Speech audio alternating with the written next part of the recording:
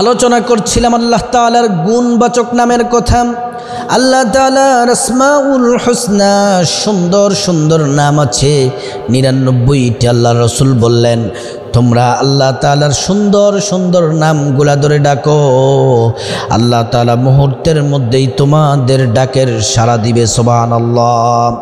99টি নামের মধ্যে এই যেই 2টি নামের কথা আমি বলবো, এর মধ্যে একটি নাম আল্লাহ তাআলার খাস নাম, আরেকটি হচ্ছে সিফাতি নাম। রাতের বেলা ঘুমানোর সময় 2টি নামের জিকির করে ঘুমান। ঘুম থেকে ওঠার সাথে সাথে ফলাফল পেয়ে আপনি অবাক হয়ে যাবেন।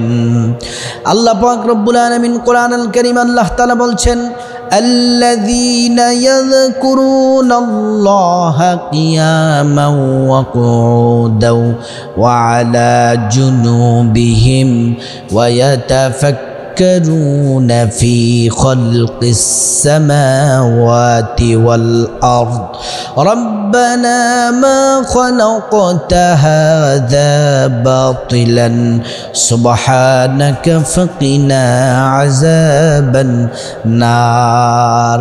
আল্লাহ তাবারক ওয়া তাআলা বললেন, আল্লাযীনা ইয়াযকুরুনাল্লাহ, আল্লাহ পাকের জিকির করো, কিয়ামা দাঁড়িয়ে জিকির করো, ওয়া কুউদা বসে বসে জিকির করো, ওয়া আলা জুনুবিহিম শুয়ে শুয়ে জিকির করো।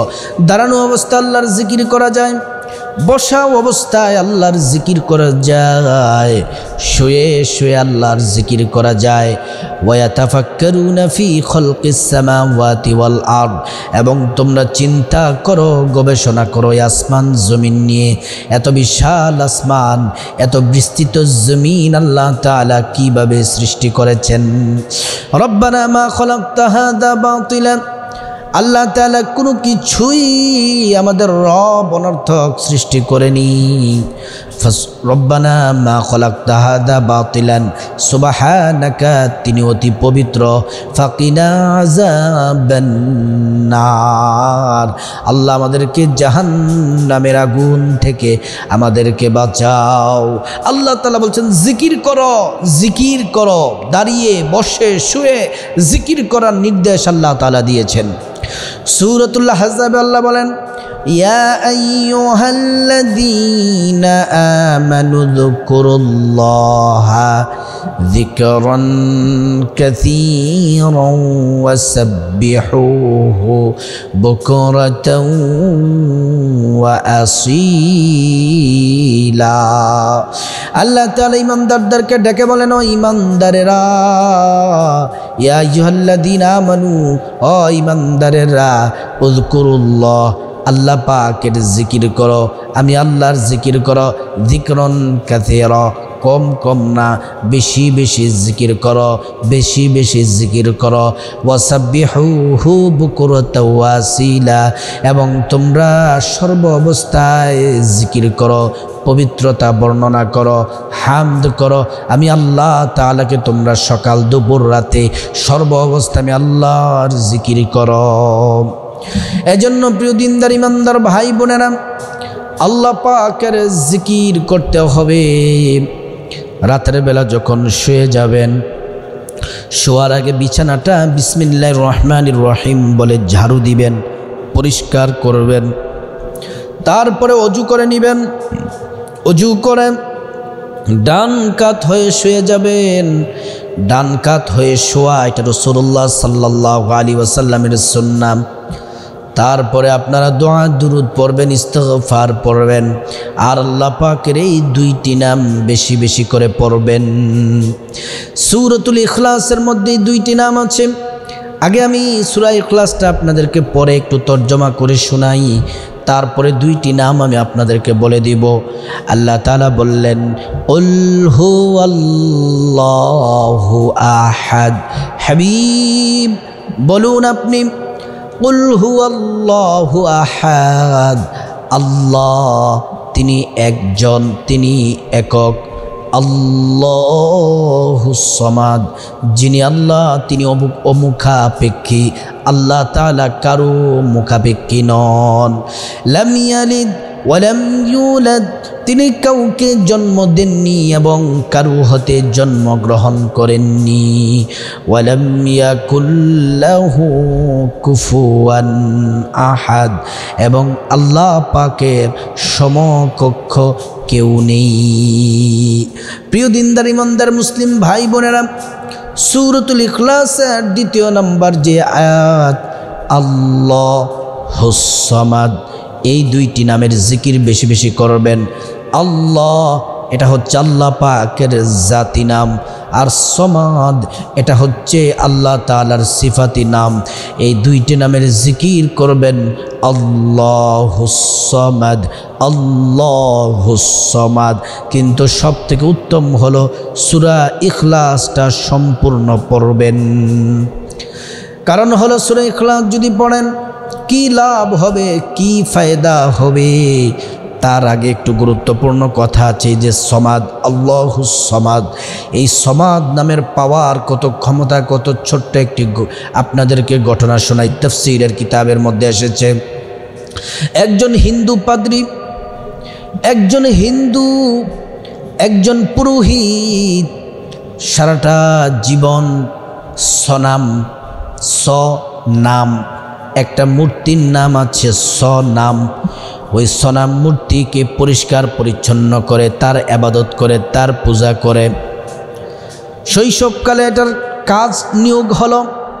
শৈশবকাল থেকে শুরু করে সনাম মূর্তির সেবা যত্ন করে, তার ইবাদত করে।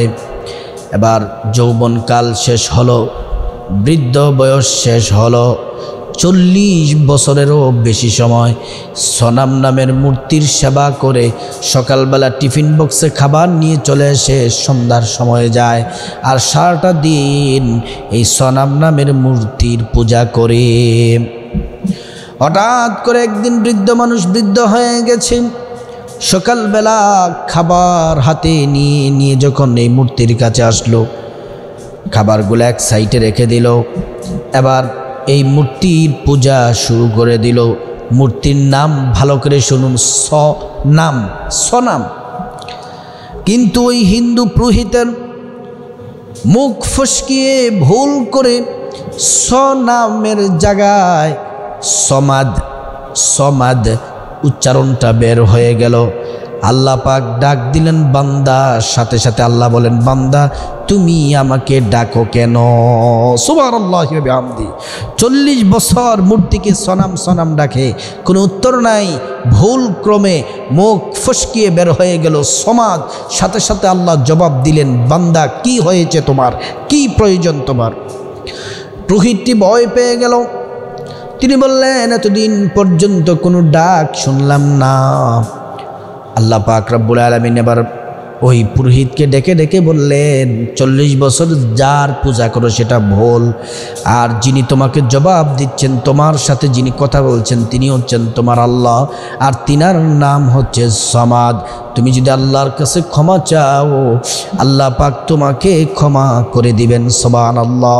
একজন হিন্দু ব্যক্তির ডাকে ভুলে যদি সমাদ নাম বলার সাথে সাথে যদি আল্লাহ জবাব দেয়, আপনি যদি রাতের বেলা শোয়ার সময় যদি বলেন আল্লাহুস সামাদ, আল্লাহুস সামাদ, আল্লাহুস সামাদ, আল্লাহ আরও আগে মুহূর্তের মধ্যেই জবাব দিবে। এজন্য আল্লাহ বলছেন, উদউনি আস্তাজিব লাকুম, বান্দা ডাকো, ডাকার সাথে সাথে আমি আল্লাহ তাআলা জবাব দিব। এজন্য রাতের বেলা যখন ঘুমাবেন সূরাতুল ইখলাস পাঠ করবেন। আল্লাহ এই সূরা ইখলাসের মধ্যে আল্লাহ তাআলার একটি জাতি নাম, সিফাতি নাম আছে। যদি কষ্ট করে 10 বার সূরা ইখলাস যদি পাঠ করতে পারেন, আরও মহা পুরস্কার আছে। রাসূলুল্লাহ বলেন, মান ক্বারাআ সূরাতুল ইখলাস 10 মাররাত বানাল্লাহু লাহু বাইতান ফিল জান্নাহ। নবীজি বললেন, কেউ যদি সূরা ইখলাস 10 বার পাঠ করে, আল্লাহ তাআলা জান্নাতে তার জন্য বালাখানা বিল্ডিং তৈরি করেন। নবীজির সাহাবী বললেন 20 বার পড়লে, নবীজি বললেন 2টি, সাহাবীরা বললেন 30 বার পড়লে, নবীজি বললেন 3টি বিল্ডিং। নবীজি বললেন 10 করে যত পড়তে থাকবে, আর জান্নাতে তোমার নামে বিল্ডিং তৈরি তৈরি হবে। ওই বিল্ডিং ভূমিকম্পে ধূলিসাৎ হবে না, পানিতে ডুববে না, মেয়াদ শেষ হবে না।